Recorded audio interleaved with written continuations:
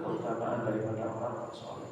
Maka kita harus memperbanyak bermusyawarah dengan orang-orang soleh. As-sohibus salih.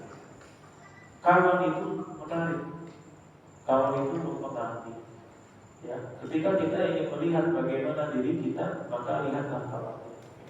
Kalau ahadum man yukhalil, maka lihatlah di antara kalian tadi siapa yang menjadi temannya.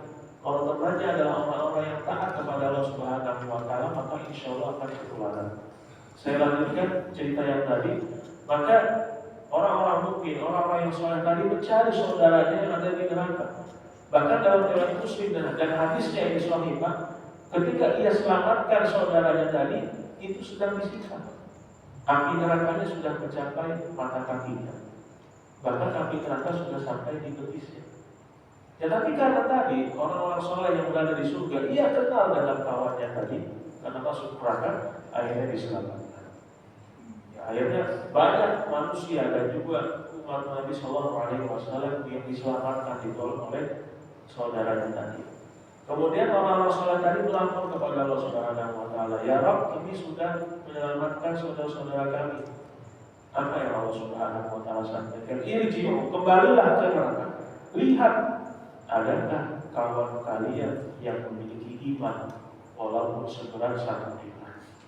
Maka akhirnya orang-orang soleh tadi mencoba mengingat kembali, ada tidak kawan yang masih dari neraka? Ia kembali dan diselamatkanlah banyak sekali orang-orang yang masuk neraka tadi. Dan akhirnya orang-orang beriman tadi melapor kepada Allah Subhanahu wa Ta'ala, ya Allah, sudah kami pastikan tidak ada satupun sahabat kami ataupun saudara kami yang tertinggal di neraka. Inilah faedah daripada kita bermusyawarah dengan orang-orang soleh. Siapakah mereka?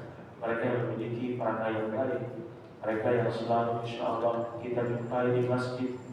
Ya, kenapa Nabi Shallallahu Alaihi Wasallam itu setelah sholat itu berbalik arah, duduknya bukan ke depan, tapi ke belakang, putar balik. Apa tujuannya? Yaitu adalah mengecek ada tidak sahabatnya tadi yang tidak berangkat ke masjid. Seperti itulah ketatnya Rasulullah SAW kepada para sahabat, sehingga dia cek ada nggak yang sahabatnya tidak berangkat ke masjid. Maka insya Allah di hari-hari yang mulia ini jamaah, tentunya marilah kita ingatkan satu sama lain, kita perbanyak amal ibadah, kita menjadi orang-orang istiqomah. Bahkan dalam hal ini selain daripada ciri orang yang diterima amal ibadahnya, yang sebagaimana saya sampaikan di awal tadi, ketika ia bisa mengerjakan amal ibadah berikutnya, yang kedua adalah ia yang tidak berpuas diri. Kenapa kami sampaikan demikian? Karena tadi ada orang yang menghitung-hitung ibadahnya. Oh alhamdulillah, saya kemarin sudah itikaf 10 hari. Saya pastikan saya mendapatkan Lailatul Qadar. Bisa seperti itu. Selesai Ramadan, dia kembali ke mode setelah amal, tidak mau beribadah lagi, karena kalau dilihat insya Allah amalan saya cukup dia bisa masuk surga. Maka hal ini juga perlu berhati-hati. Kenapa? Karena ciri daripada amal ibadah itu diterima adalah mereka senantiasa dalam hal ini berikhtiar, bersungguh-sungguh, dan merasa ibadahnya itu cukup untuk mengantarkan ke surga Allah Subhanahu wa Ta'ala. Bahkan yang menariknya adalah dalam hal ini, kalau kita berwudu, ketika kita berwudu, ternyata doa wudu itu adalah tentunya kita bertobat kepada Allah Subhanahu wa Ta'ala. Kita sholat, yang pertama kali tadi kita membacakan istighfar. Padahal orang yang beristighfar itu adalah mereka yang telah ataupun baru saja melakukan kemaksiatan. Dan kita sholat, kemudian kita beristighfar. Itulah tanda daripada kita tidak pernah tahu bagaimana dengan amal ibadah kita. Ya. Bahkan haji pun, kalau kita lihat selesai melaksanakan rangkaian ibadah haji, mereka beristighfar. Ya kita yakin bahwasanya kita ini kekurangan dan juga kehilangan. Bahkan orang-orang yang dalam hal ini tidak merasa puas dengan ibadahnya, ia terus menggali potensi, ia cari ibadah-ibadah mana yang mungkin belum dikerjakan. Maka ini merupakan tanda baik dan juga merupakan ciri amal ibadah seseorang itu diterima. Ketika kalian selesai mengerjakan amalan yang satu, maka kerjakanlah amalan yang lain.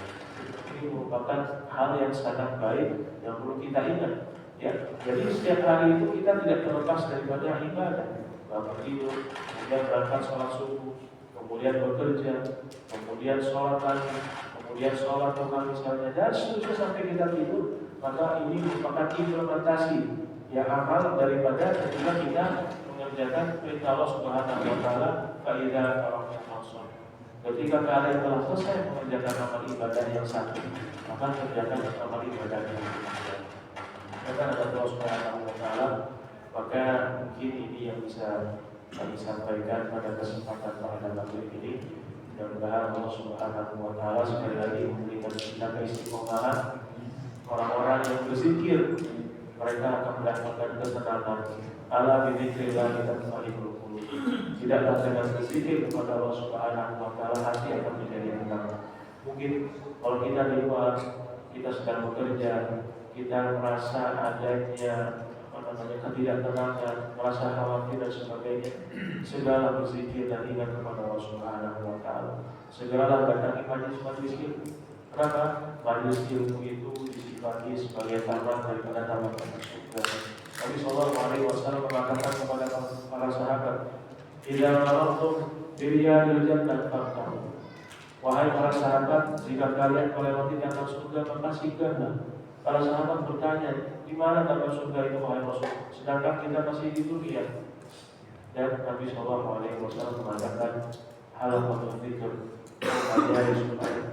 Taman surga tersebut adalah majelis ilmu. Mudah-mudahan kita duduk di masjid yang mulia ini juga merupakan taman daripada taman surga.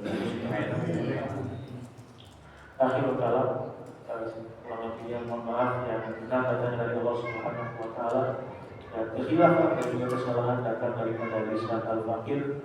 Dan sekali lagi kita berdoa kepada Allah Subhanahu wa taala agar kita, pasangan kita, anak-anak kita, anak-anak yang soleh dan solehah, anak-anak yang selalu berbakti kepada orang tuanya, anak-anak yang selalu melaksanakan sholat lima waktu, di mana saat ini sudah banyak yang meninggalkannya. Jangan sampai terjadi pada diri kita dan keluarga kita. Anak-anak kita menjadi pribadi yang bermanfaat, yang meneruskan perjuangan kita, baik bagi lingkungannya, bagi agamanya, dan bagi masyarakat.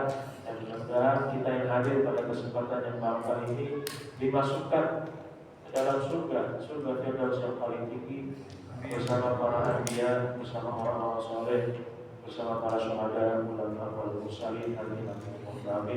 Kita tutup lagi majlis kita ini dengan membaca hamdalah. Alhamdulillahirabbil alamin. Berdoa ke majlis.